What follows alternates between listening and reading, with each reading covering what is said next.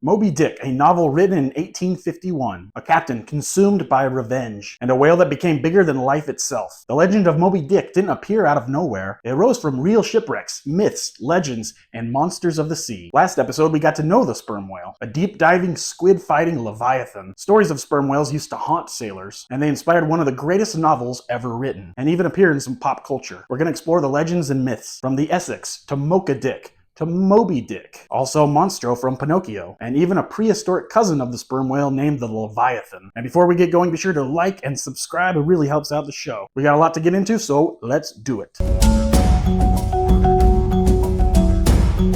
Let's start with the real-life story of the Essex. In 1820, the Essex was attacked by a massive sperm whale in the South Pacific. Reports claimed it was nearly 85 feet long. I doubt it was that big. The sperm whale rammed the ship twice with its massive head, and within a few hours, the Essex was sinking. The crew was now stranded in some smaller whaling boats, thousands of miles away from any land. They avoided some closer islands and tried aiming for South America instead. That was a deadly mistake. For more than 90 days, they were adrift in the open waters, facing starvation and dehydration, and only 8 of the 20 men survived, with accounts of cannibalism. They may have even had to draw sticks.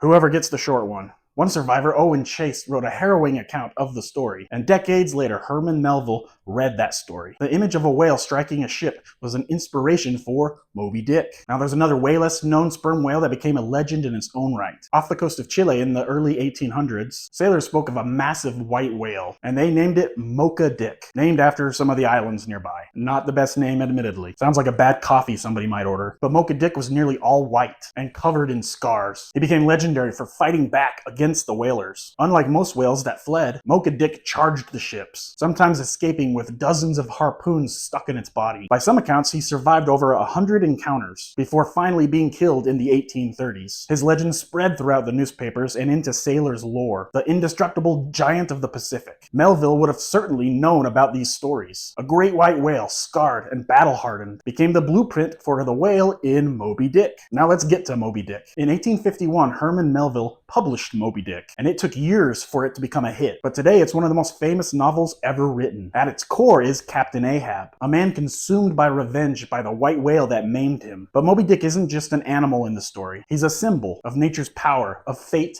and chaos itself. Ahab's obsession with killing the whale becomes a fight that no human can win. A man can't beat Mother Nature, and the novel gave sperm whales kind of a mythic presence. They weren't just squid hunters anymore. They were avatars for the sea's mystery and terror, larger than life. And with all those legends, for centuries, people told stories of whales actually swallowing people, from Jonah's great fish in the Bible to all kinds of sailors' sea monster legends. Then we have Monstro from Pinocchio. Now, in Carlo Collodi's original version of Pinocchio in 1883, Pinocchio is actually swallowed by a giant shark, not a whale. But when Disney adapted it in 1940, they turned the monster into a sperm whale known as Monstro. And on screen, Monstro wasn't just a whale. He was a raging, ship-smashing beast that could swallow anything whole. And that image burned into pop culture. For generations of kids, Monstro was the first whale that they recognized, making sperm whales seem like man-eaters. But in reality, they do not hunt people. They much prefer some giant squid sushi. But if you want to know what it would look like to be swallowed by a sperm whale, you can just go to Disneyland, or just watch me get swallowed by it right now.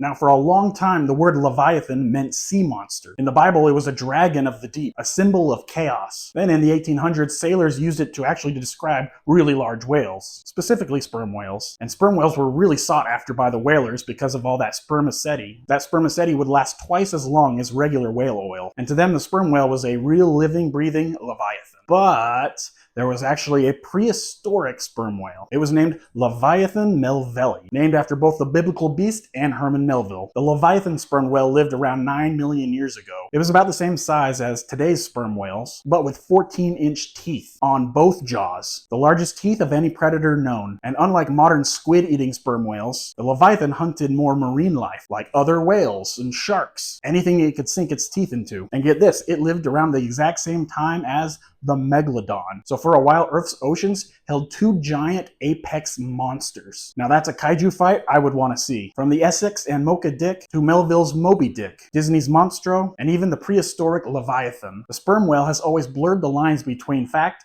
and legend. The truth is, it never even needed that exaggeration. This is the largest tooth predator in the world. A deep-diving badass with sonar cannons that that stun its prey in the pitch black waters. But once sailors and storytellers added their fear and imagination to them, the sperm whale became more than just an animal, it became a legend. I hope you enjoyed it and learned something new today. If you want more long-form content, go ahead and check out Force of Nature Podcast. We just put a new episode out. We have over 130 episodes, so go check it out wherever you get your podcasts. Be sure to like and subscribe. I'm Matthew D. Hamilton, and remember, nature is random and chaotic.